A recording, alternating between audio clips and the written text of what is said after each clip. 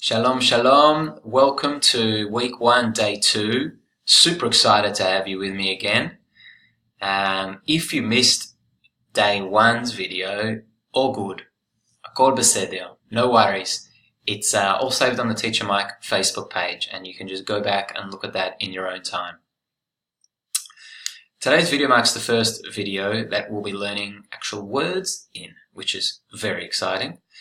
Today we only have 3 words, which might seem like a very small amount, but keep in mind that by the end of the program, in week 8, you'll be learning upwards of 11 words a day, plus conversations in the same lesson. So you could be talking about 11 words plus 20 words in a conversation, upwards of 30 words. So we're talking about a huge kind of increase in demands that I'm going to be placing on you, but we're starting nice and easy. La'at, la'at. Slowly, slowly. So let's have a look at the words for today.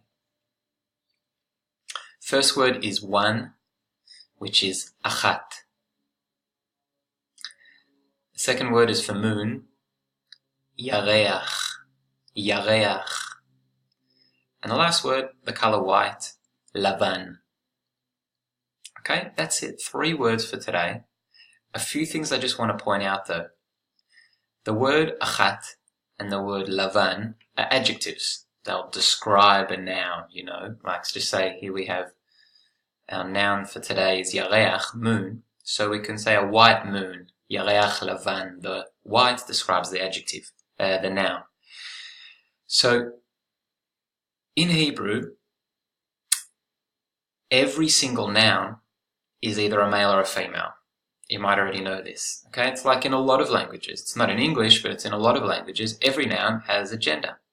So yareach is male. Okay, usually, unless the noun has the a or t sound on the end, like a hey or a taf on the end of the noun, it's usually male. Usually. So yareach is male. And what that means is the adjective that we use, say if we say white moon or if we say one moon, that adjective has to conform to the gender of the noun which it describes. So therefore, every adjective, such as achat and such as lavan, have a male form and a female form. Lavan is in its male form. If it was in its female form, if it was describing a female noun, it would be levana, levana. Achat, I put in its female form. Its male form, I'm sure you're familiar with, that's echad. And the reason I put achat in its female form is because in Hebrew, if you're counting, like 1, 2, 3, you use the female version of the numbers, achat, shtayim, shalosh. The male version, echad, shnayim, shlosha, you don't really count like that unless you're counting a specific male item, like a group of boys. Okay? So not to overwhelm you, but I just do want to point out a few things with each of the words. The other thing I want to point out is in Hebrew, unlike English, we say the noun before the adjective. So in Hebrew, you'd say yareach lavan, which in English would translate to moon white.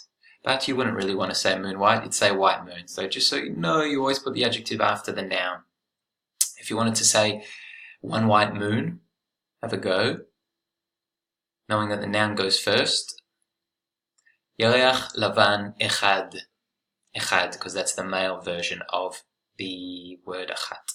But I don't want to deal too much with kind of male-female version of adjectives. The focus on the course is on building your vocabulary quickly and on practicing conversation and slang. Of course, I'm going to talk a little bit about grammar along the way, but I don't want you to get too caught up or overwhelmed by that.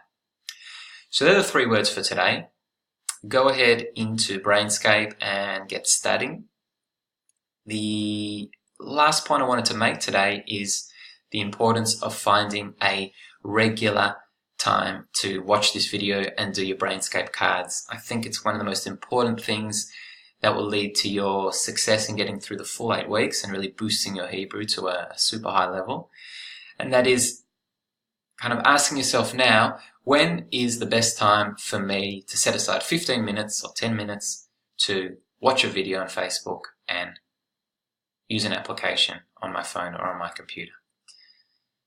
Might be first thing in the morning. It might be on the train on the way to work or coming home from work. It might be in a lunch break. It might be before bed. But think about a regular time that works best for you.